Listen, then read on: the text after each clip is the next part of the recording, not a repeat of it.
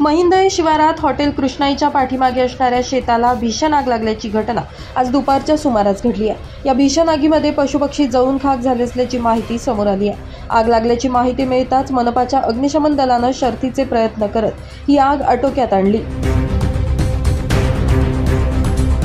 महिंदळे शिवार कृष्णाई समोर भली मोठी आग लागलेली, 7-8 अग्निशामकच्या गाड्या आल्या तरी विझून राहिली आणि इथं पक्षी आणि बिचारे जनावर आगीमध्ये भस्म झाले। मोकळ्या जागी असलेल्या शेताला अचानक आगीचा वणवा पेटला। कालांतरानं आग वाढतच चालली होती, मात्र मनपाच्या अग्निशमन दलानं परिस्थितीवर नियंत्रण मिळवत आग आटोक्यात आणली आहे। आग कशामुळे लागली हे मात्र अद्यापही स्पष्ट होऊ शकलं नाहीये।